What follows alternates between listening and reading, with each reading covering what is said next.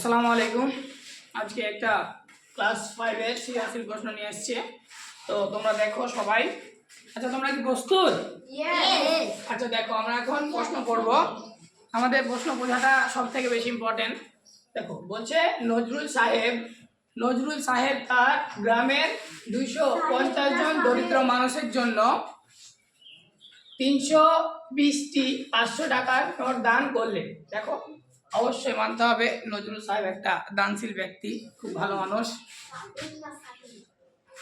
আচ্ছা, সাহেব সাহেব আচ্ছা, নজরুল সাহেব আসলে একটা ভালো মানুষ, যে তার এলাকাতে দরিদ্র মানুষকে অনেক টাকা দান করেছে। তো এরকম মানুষ আমাদের সমাজে অবশ্যই প্রয়োজন। তো আমরা সবাই নজরুল সাহেবের মতো হওয়ার চেষ্টা করবো ইনশাল্লাহ। আল্লাহ আমাদের তৌফিক দান করো নজরুল সাহেবের মতো হওয়ার জন্যে।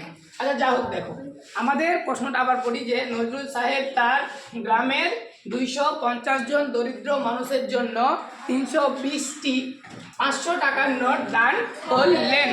ক নম্বর প্রশ্ন হচ্ছে, তিনি মোট কত টাকা দান করলেন? আচ্ছা দেখো, একটা নোটের মূল্য যদি 500 টাকা হয়, তাহলে আমাদের 320টি নোটের মূল্য কত টাকা, এটা যদি আমরা বের করতে পারি তাহলে আর মোট টাকা আমরা পেয়ে যাবো, তাই না? তাহলে আমরা এখন লিখতে পারি যে একটি নোটে হয় 500 টাকা। একটি নোটে হয় 500 টাকা, বা এভাবে লিখতে পারি একটি নোটের মূল্য 500 টাকা। আমাদের কতটি নোট আছে বলো তো? 320টি। তাহলে ওটা দিয়ে যদি আমরা গুণ করি তাহলে আমরা পেয়ে যাব। তো লেখো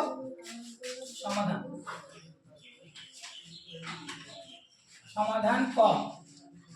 দেখব যে একটি নোটের মূল্য কত? 500 টাকা, তাই না? 500 টাকা। আমাদের কতটি নোট আছে বলো তো? 320টি। অতএব 320টি নোটের মূল্য। আচ্ছা, একটা নোটের মূল্য যদি 500 টাকা হয়, আর 320টা নোটের মূল্য বেশি হবে না কম হবে বলো তো? বেশি হবে। হ্যাঁ, আর বেশি হলে আমাদের কি করতে হবে? গুণ করতে হবে। হ্যাঁ, এই তো আমরা এখন গুণ করব।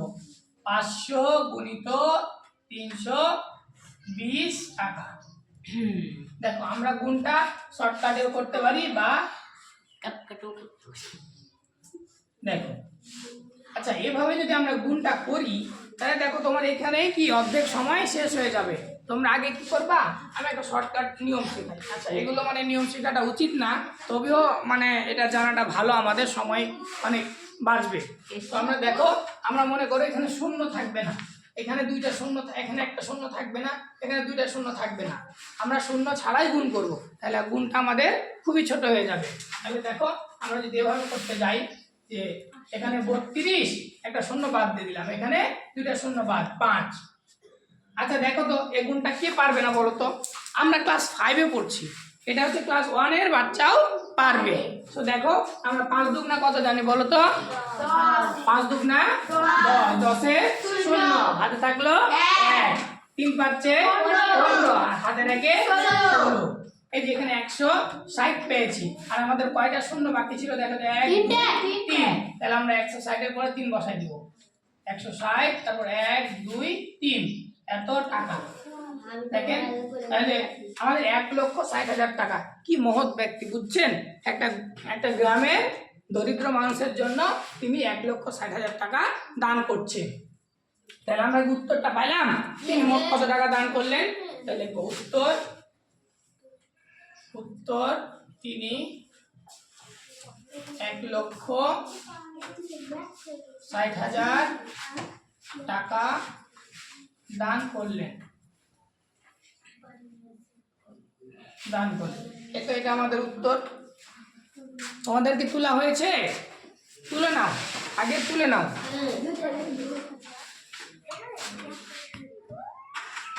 হ্যাঁ, এখন আমরা ক নাম্বার আমাদের হয়ে গেছে, এখন আমরা খ নাম্বার প্রশ্নটা সমাধান করবো ইনশাআল্লাহ। দেখো, আচ্ছা বলছে প্রত্যেকে কত টাকা করে পাবে। আচ্ছা, এখন ধরো ওই মেলায় টাকা দিয়েছে গ্রামে তো লোক সংখ্যা কম না, 250 জন দরিদ্রের মাঝে দিয়েছে। এখন তো সবাই তো আর একজন হচ্ছে 1,60,000 টাকা করে পাবে না, তাহলে তো সবাই বড় লোক হয়ে যেত। দেখো, ওই খুব বেশি করে পাবে না। তারপরে কিন্তু নজরুল সাহেবকে ধন্যবাদ যে এত টাকা দিয়েছে। তো এখন দেখো আমরা, আচ্ছা ওই টাকাটি মোট 1,60,000 টাকা মোট কার বলো তো? কত জনের? 250 জনের না? হ্যাঁ, আমরা এখন এভাবে লিখতে পারি যে ক থেকে প্রাপ্ত, লিখতে পারি ক থেকে প্রাপ্ত, ক থেকে প্রাপ্ত মোট টাকা 1,60,000, তাই না? 1,60,000 টাকা, এটা মোট এত টাকা। এই টাকাটা আমাদের ভাগ করে দিতে হবে 250 জনের মধ্যে।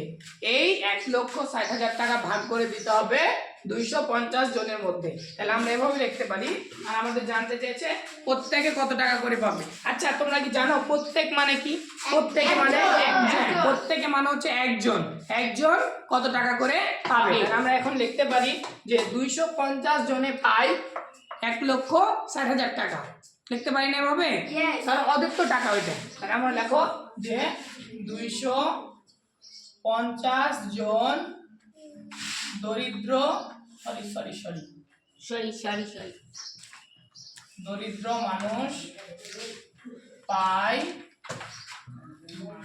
1,60,000 টাকা। এটা হচ্ছে 250 জনের টাকা।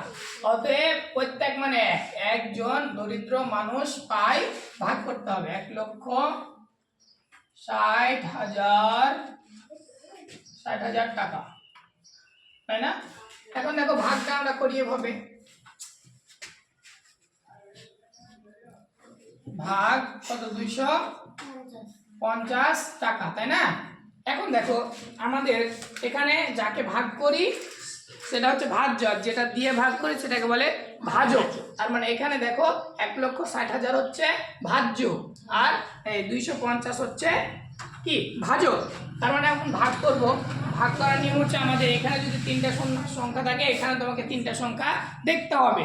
যদি দেখো 3টা সংখ্যা ভাজকের থেকে ছোট, তাহলে আমাকে আরেকটা শূন্য বাড়ায়, মানে আরেকটা সংখ্যা বাড়ায় নিতে হবে। এদিকে তাকাও, আরেকটা সংখ্যা বাড়ায় নিতে হবে। তাহলে দেখো এখানে যদি 3টা সংখ্যা নিই তাহলে 160 হচ্ছে, আর এখানে 3টা সংখ্যাতে 250। তাহলে এই যে ভাজক থেকে ভাজ্যর সংখ্যাটা কমে যাচ্ছে, এই জন্য আমরা কি করবো? আরেকটা সংখ্যা নিব, 4টা, মোট 4টা সংখ্যা নিব। এখন দেখো এটা মনে করো এখানে 2টা শূন্য নাই, এখানে কত আছে? 1,600 টাকা, মানে 1,600 আছে। আর 1,600কে আমরা কি 250 দিয়ে ভাগ করব। আচ্ছা দেখো তো আমরা কত দিয়ে গুণ করতে পারি? আচ্ছা মনে করো এখানে যে শূন্যটা নাই, মনে করো শূন্যটা নাই, তাহলে আমরা 25কে কত দিয়ে গুণ করলে মোটামুটি 160-এর কাছাকাছি আসবে? দেখো তো আমরা 15 দিয়ে যদি 25, 25 25 দুগুণা 50, 4 25-এ কত? 100। তারপরে হচ্ছে 6 25-এ, আচ্ছা 6 25-এ 150 টাকা হচ্ছে, 6 25-এ 150 হচ্ছে। তার মানে আমরা যদি একটু এখানে দেখতে পাই যে যদি 250-কে যদি 6 দিয়ে গুণ করতে যাই তাহলে কি হবে? দেখো তো 0, 5 6 30-এর 0, হাতে থাকলো 3, 6-কে 6 দুগুণা 12 আর 3-এ 15, এই দেখো 1500, আর এখানে আছে 1600। তার মানে আর একটা বেশি নেওয়া যাবে না, কারণ আর একটা যদি আরেক ঘর বেশি নিই তাহলে আমাদের কি 1600 থেকে বেশি হয়ে যাবে, আমাদের বেশি করা যাবে না। 1600 বা 1600-র নিচে রাখতে হবে, তাই না? তাহলে এখন আমরা কত পেলাম? 6 দিয়ে। তাহলে এখানে দেখো 6 পেলাম। তাহলে 6 250-এ আমাদের পাচ্ছি 1500 টাকা। চুপ করো তোমরা। এখন আমাদের কাজ হচ্ছে বিয়োগ করা। 0 থেকে 0 বাদ দিলে 0, তারপরে এখানে 0, আর 6 থেকে 5 বাদ দিলে 1। দেখো এখানে 100 টাকা অবশিষ্ট থাকছে, কিন্তু আমাদের আরো 2টা শূন্য বাকি আছে। আমরা পরপর 2টা সংখ্যা মানে একবারে নামাইতে পারবো না, স্টেপ বাই স্টেপ নামাইতে হবে। প্রথমে আমরা একটা নামাইতে পারবো, তাই না? তাহলে আমরা একটা শূন্য নামাই। দেখো এবারে 1000 হয়ে যাচ্ছে। তাহলে এটা আমরা ইজিলি বুঝতে পারছি, যদি আমরা এটাকে 4 দিয়ে গুণ করি, 250-কে 4 দিয়ে গুণ করলে আমরা 1000 টাকা পেয়ে যাব। তাহলে দেখো 4, এখানে 4 দাও, এখানে 4 দিয়ে গুণ করলে আমরা 1000 টাকা পাচ্ছি। দেখো এখানে বিয়োগ করলে কি? শূন্যই, এখানে আরো একটা শূন্য নামে মানে আছে, বাকি আছে, এটা এখানে নামবে। নামানোর পরে দেখো আমরা একটা শূন্য নামানোর পরে যদি আর ভাগ না যায়, একটা শূন্য নামানোর পরে যদি আর ভাগ না যায়, তাহলে আমরা কি করব? এই শূন্যটা আমরা ভাগের এখানে লিখবো। এখানে এটা দাও, তারপরে এখানে আমরা কি করবো? শূন্যকে 0। তাহলে আমরা এই যে এটা হচ্ছে আমাদের ভাগফল পেলাম। তার মানে কি একজন পাবে 640 টাকা। দেখো অনেক টাকা দান করলে কিন্তু একজনে পাচ্ছে কি 640 টাকা। উত্তর লিখবো, উত্তর প্রত্যেকে পাবে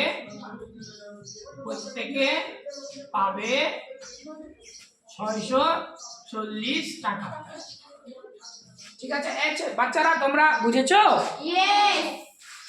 আচ্ছা, তারপরে আমার ভিডিওগুলো কেমন লাগছে আপনারা জানাবেন একটু। আর হচ্ছে আমার একটা ইউটিউব চ্যানেল আছে, তা আপনারা প্লিজ সাবস্ক্রাইব করে দিবেন। আমার ইউটিউব চ্যানেলের নামটা আমি দিয়ে দিচ্ছি। আমার ইউটিউব চ্যানেলের নাম হচ্ছে মিজান এডুকেয়ার। মিজান এডুকেয়ার। আপনারা একটা করে প্লিজ সাবস্ক্রাইব করে দিবেন। আসসালামু আলাইকুম।